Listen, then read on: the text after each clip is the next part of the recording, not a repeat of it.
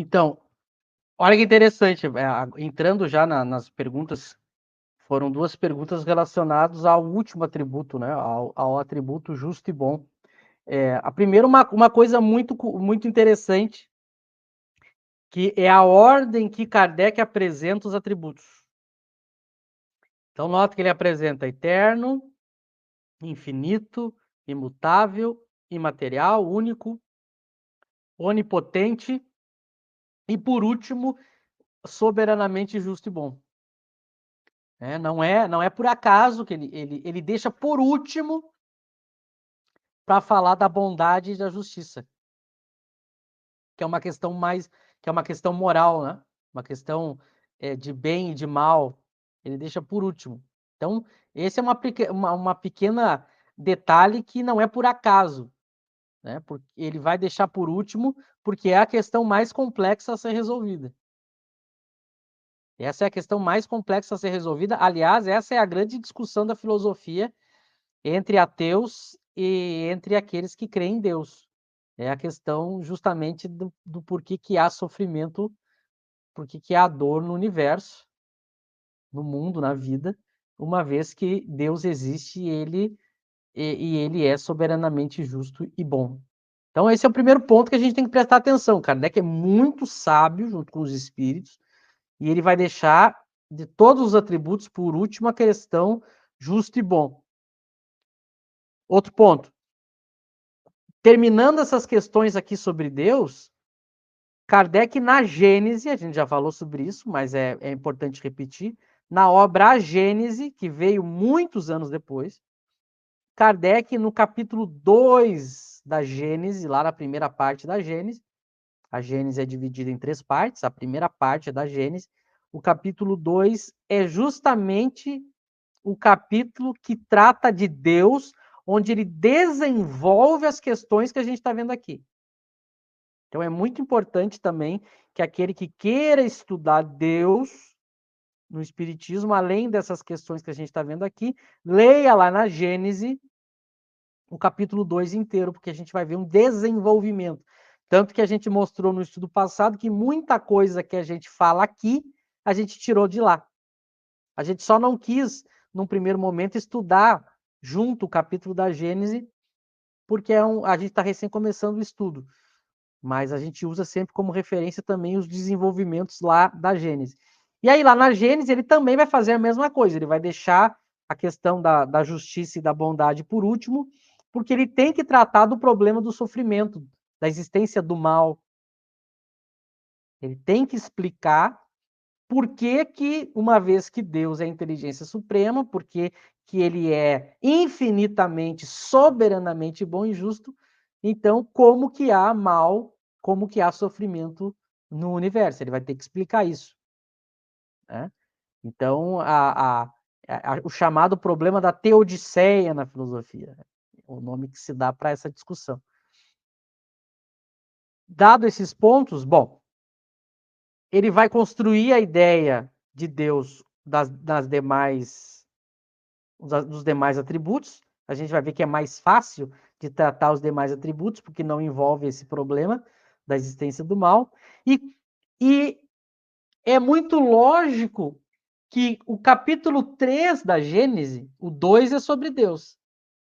O capítulo 3 da obra Gênesis, o seguinte capítulo, é justamente um capítulo intitulado do bem e do mal. Então ele vai, de todos esses atributos que ele coloca aqui, o último, que é sobre a bondade e a justiça de Deus, ele vai desenvolver um capítulo inteiro para tratar desse assunto. Tamanho é a importância desse assunto. Tá? Então, primeiro eu estou aqui construindo as referências para a gente entender. Outra coisa interessante, ele coloca Deus soberanamente justo e bom. Isso aqui é uma outra coisa importante. A ordem como ele coloca também o próprio atributo. Ele coloca primeiro a justiça e depois a bondade. Isso é uma coisa importante também que a gente vai refletir. Tá? A gente vai ter que entender por que ele faz essa divisão dupla. Justo e bom e por que justo primeiro. Tá? Então, são todas as questões que a gente tem que entender para poder responder há o questionamento como o questionamento que foi a Lucimar que fez, né? E o Lauro colocou alguma coisa nesse sentido. Nós já vamos entrar um pouquinho mais nisso, né? Por que Deus permite, né? Ela está perguntando ali, por que Deus permite os acontecimentos dolorosos? A gente já vai entrar nos textos propriamente ditos, né? O Eric também colocou o capítulo 5 do Evangelho segundo o Espiritismo, que já é um desenvolvimento também desse assunto, tá? Então eu deixaria primeiro como referência esses itens sobre Deus, o capítulo 2 e 3 da Gênesis e o capítulo 5 do Evangelho segundo o Espiritismo, lá que ele vai falar sobre bem-aventurados os aflitos, né? Para a gente entender. Agora, a gente vai ver que somente o Espiritismo vai conseguir atacar esse problema. É outro ponto interessante. Quando Kardec se propõe a dar uma resposta para a questão do bem e do mal, a gente vai ver que ela só faz sentido dentro de um contexto de toda a teoria espírita, de toda a filosofia espírita. Se eu não colocar para explicar esse atributo e a existência do mal ao mesmo tempo, se eu não colocar todos os demais princípios da doutrina espírita, a ideia do espírito ser criado simples e ignorante, a ideia do espírito ter que passar por encarnações, a ideia do espírito desenvolver o livre-arbítrio, a ideia do espírito ir passando pelas ordens na escala espírita, até chegar na fase de espírito puro. Se eu não tiver todo esse processo, a gente não consegue fundamentar de uma maneira eficaz a ideia da justiça e bondade de Deus. Então, notem que curioso, o espiritismo ele sustenta os atributos de Deus com a sua filosofia. A filosofia espírita, ela explica um conjunto de coisas que, uma vez apresentadas, vão favorecer a ideia de um Deus justo e bom.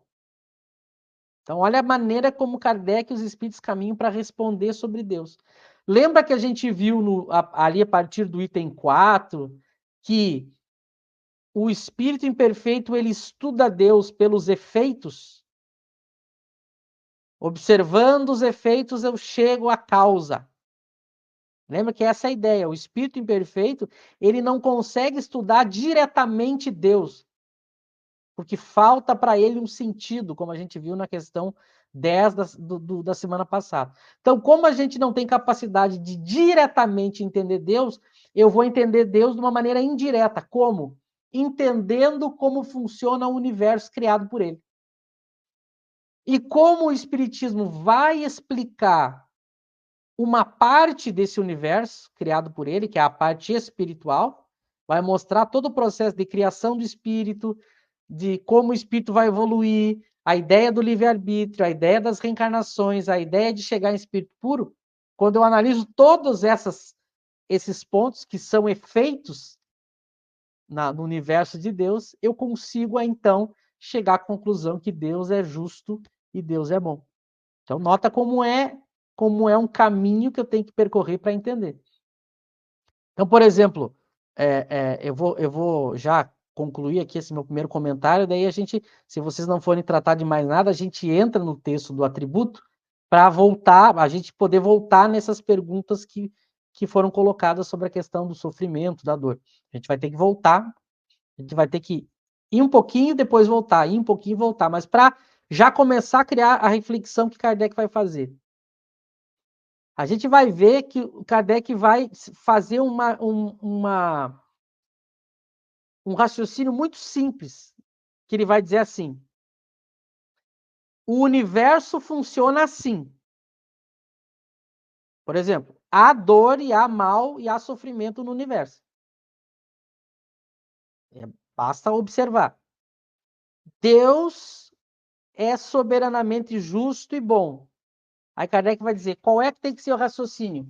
A explicação para isso tem que ser justa. Esse é o primeiro ponto que ele parte. Se as coisas são assim como são,